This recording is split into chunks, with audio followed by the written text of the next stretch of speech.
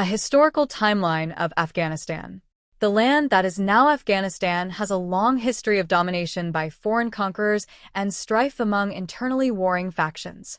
At the gateway between Asia and Europe, this land was conquered by Darius I of Babylonia circa 500 BC and Alexander the Great of Macedonia in 329 BC, among others. Mahmud of Ghazni, an 11th century conqueror who created an empire from Iran to India, is considered the greatest of Afghanistan's conquerors. Afghan children get left behind, go missing amid chaos at Kabul's airport. Genghis Khan took over the territory in the 13th century, but it wasn't until the 1700s that the area was united as a single country. By 1870, after the area had been invaded by various Arab conquerors, Islam had taken root. During the 19th century, Britain, looking to protect its Indian empire from Russia, attempted to annex Afghanistan, resulting in a series of British-Afghan wars, 1838–42, 1878–80, 1919–21. 1921. The British, beleaguered in the wake of World War I, are defeated in the Third British-Afghan War, 1919–21, and Afghanistan becomes an independent nation. Concerned that Afghanistan has fallen behind the rest of the world, Amir Amanullah Khan begins a rigorous campaign of socio-economic reform. 1926. Amanullah declares Afghanistan a monarchy, rather than an emirate, and proclaims himself king. He launches a series of modernization plans and attempts to limit the power of the Loya Jirga, the National Council. Critics, frustrated by Amanullah's policies, take up arms in 1928, and by 1929, the king abdicates and leaves the country. 1933. Zahir Shah becomes king. The new king brings a semblance of stability to the country, and he rules for the next 40 years. 1934. The United States formally recognizes Afghanistan. 1947. Britain withdraws from India, creating the predominantly Hindu but secular state of India and the Islamic state of Pakistan. The nation of Pakistan includes a long, largely uncontrollable, border with Afghanistan. 1953. The pro-Soviet General Muhammad Daud Khan, cousin of the king, becomes prime minister and looks to the communist nation for economic and military assistance. He also introduces a number of social reforms, including allowing women a more public presence. 1956. Soviet Premier Nikita Khrushchev agrees to help Afghanistan, and the two countries become close allies. 1957. As part of Daud's reforms, women are allowed to attend university and enter the workforce. 1965. The Afghan Communist Party secretly forms. The group's principal leaders are Babruk Karmal and Nur Muhammad Taraki. 1973. Khan overthrows the last king, Muhammad Zahir Shah, in a military coup. Khan's regime, the People's Democratic Party of Afghanistan, comes to power. Khan abolishes the monarchy and names himself president. The Republic of Afghanistan is established with firm ties to the USSR. 1975 to 1977. Khan proposes a new constitution that grants women rights and works to modernize the largely communist state. He also cracks down on opponents, forcing many suspected of not supporting Khan out of the government. 1978. Khan is killed in a communist coup. Nur Muhammad Taraki, one of the founding members of the Afghan Communist Party, takes control of the country as president, and Babruk Karmal is named deputy prime minister. They proclaim independence from Soviet influence and declare their policies to be based on Islamic principles, Afghan nationalism, and socio-economic justice. Taraki signs a friendship treaty with the Soviet Union. But a rivalry between Taraki and Hafizullah Amin, another influential communist leader, leads to fighting between the two sides. At the same time, conservative Islamic and ethnic leaders who objected to social changes introduced by Khan began an armed revolt in the countryside. In June, the guerrilla movement Mujahideen is created to battle the Soviet-backed government. 1979. American Ambassador Adolph Dubs is killed. The United States cuts off assistance to Afghanistan. A power struggle between Taraki and Deputy Prime Minister Hafizullah Amin begins. Taraki is killed on September 14 in a confrontation with Amin's supporters. The USSR invades Afghanistan on December 24 to bolster the faltering communist regime. On December 27, Amin and many of his followers are executed. Deputy Prime Minister Babruk Karmal becomes Prime Minister. Widespread opposition to Karmal and the Soviets spawns violent public demonstrations. By early 1980, the Mujahideen rebels have united against Soviet invaders and the USSR-backed Afghan army. 1982. Some 2.8 million Afghans have fled from the war to Pakistan, and another 1.5 million have fled to Iran. Afghan guerrillas gain control of rural areas, and Soviet troops hold urban areas. 1984.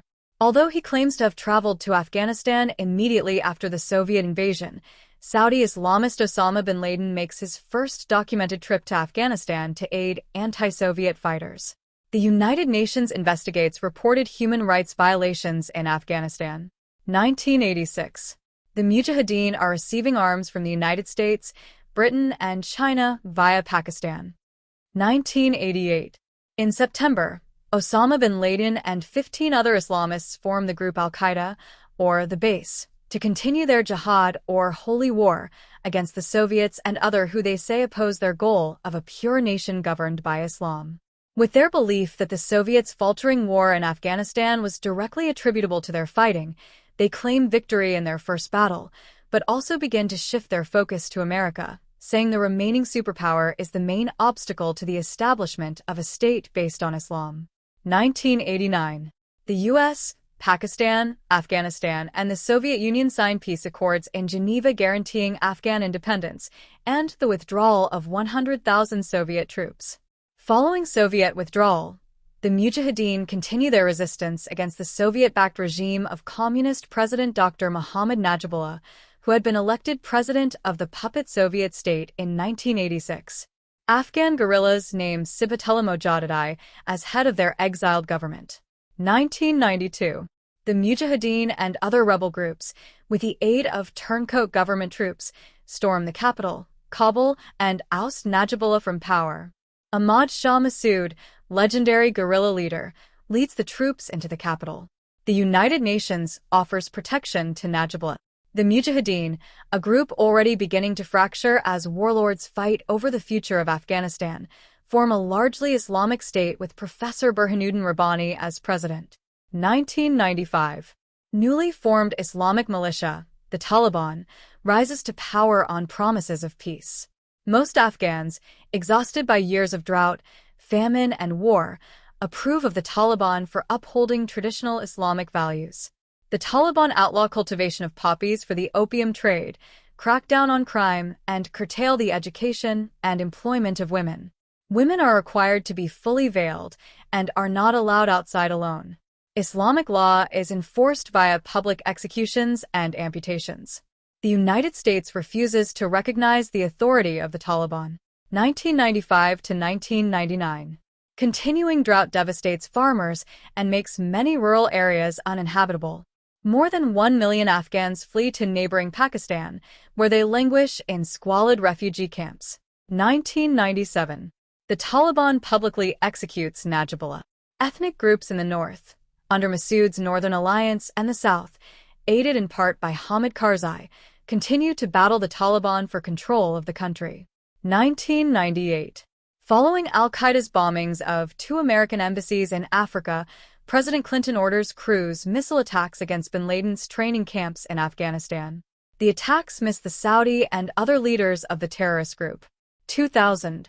By now considered an international terrorist, bin Laden is widely believed to be hiding in Afghanistan, where he is cultivating thousands of followers in terrorist training camps.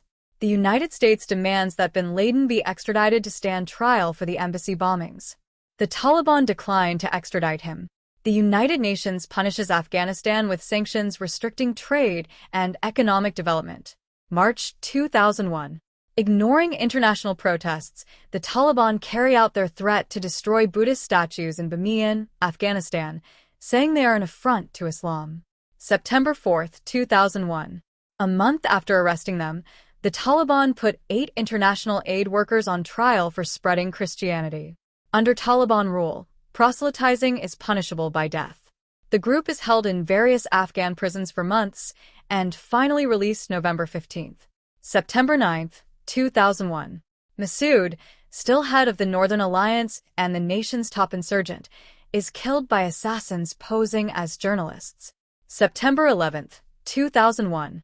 Hijackers commandeer 4 commercial airplanes and crash them into the World Trade Center towers in New York, the Pentagon outside Washington, D.C., and a Pennsylvania field, killing thousands.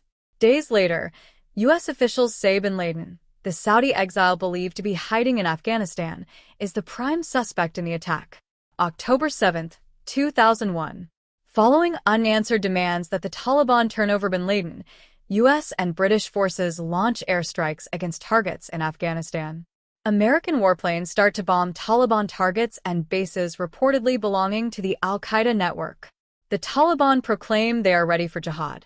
November 13th, 2001. After weeks of intense fighting with Taliban troops, the Northern Alliance enters Kabul. The retreating Taliban flees southward toward Kandahar. December 7th, 2001. Taliban fighters abandon their final stronghold in Kandahar as the militia group's hold on Afghanistan continues to disintegrate. 2 days later, Taliban leaders surrender the group's final Afghan territory, the province of Zabul.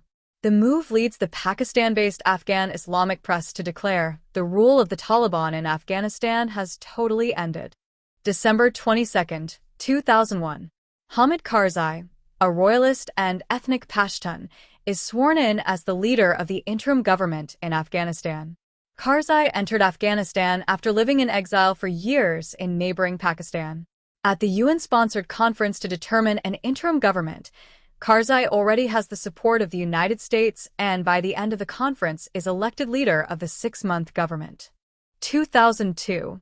In June, the Loya Jirga, or Grand Council, elects US-backed Hamid Karzai as interim leader. Karzai chooses the members of his government who will serve until 2004, when the government is required to organize elections. 2003.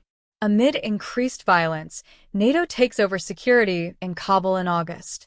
The effort is the security organization's first-ever commitment outside of Europe. January 2004. The Loya Jirga adopts a new constitution following input from nearly 500,000 Afghans, some of whom participate in public meetings in villages. The new constitution calls for a president and 2 vice presidents, but the office of prime minister is removed at the last minute. The official languages, according to the constitution, are Pashto and Dari. Also, the new constitution calls for equality for women. October 2004. Presidential elections are held. More than 10.5 million Afghans register to vote and choose among 18 presidential candidates, including interim leader Karzai. Karzai is elected with 55% of the vote. 2005. The nation holds its first parliamentary elections in more than 30 years. The peaceful vote leads to the parliament's first meeting in December. 2006.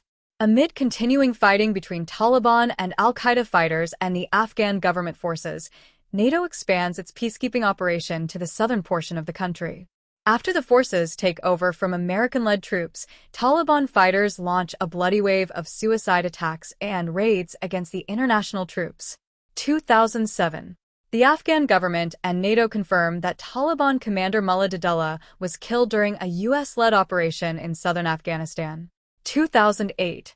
The international community pledges more than $15 billion in aid to Afghanistan at a donors' conference in Paris, while Afghan President Hamid Karzai promises to fight corruption in the government. 2009. President Barack Obama names Richard Holbrooke as a special envoy to Afghanistan and Pakistan. Mr. Obama announces a new strategy for the Afghanistan war that would dispatch more military and civilian trainers to the country, in addition to the 17,000 more combat troops he previously ordered. The strategy also includes assistance to Pakistan in its fight against militants. 2010. President Barack Obama accepts General Stanley McChrystal's resignation as the top commander in Afghanistan over critical comments he made in a Rolling Stone article and nominates General David Petraeus, head of U.S. Central Command, as his replacement. 2011. U.S. forces overtake a compound in Abbottabad, Pakistan, and kill al-Qaeda leader Osama bin Laden on May 2 local time. 2012. President Hamid Karzai calls for American forces to leave Afghan villages and pull back to their bases after a U.S. soldier kills 16 Afghan civilians inside their homes. 2013. The Afghan army takes over all military and security operations from NATO forces. May 2014. Obama announces timetable for significantly reducing U.S. troop sizes in Afghanistan by 2016. September 2014. Ashraf Ghani becomes president of Afghanistan in September after 2 rounds of voting, claims of election fraud, and a power-sharing agreement with main rival Abdullah. December 2014. NATO officially ends its combat mission in Afghanistan. U.S.-led NATO troops remain to train and advise Afghan forces. October 15, 2015. Obama abandons plan to withdraw U.S. forces by the end of his presidency and maintains 5,500 troops in Afghanistan when he leaves office in 2017. August 21, 2017. Trump commits to continued military involvement to prevent emergence of a vacuum for terrorists. February 2019. U.S. and Taliban sign agreement on a peace deal that would serve as the preliminary terms for the U.S. withdrawal from the country by May 2021. September 2019. Trump calls off peace talks after U.S. soldier is killed in a Taliban attack. November 2020. U.S. announces plans to cut U.S. troop size in half, down to 2,500 by January, days before Biden was inaugurated. April 2021. Biden announces aim to complete U.S. troop withdrawal by September 11th. July 5th, 2021. U.S. leaves Bagram airfield without telling the base's new Afghan commander. August 10th, 2021.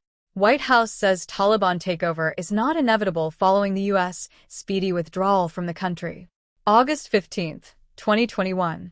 The Afghanistan government collapses as the Taliban takes over Kabul. August 26th, 2021.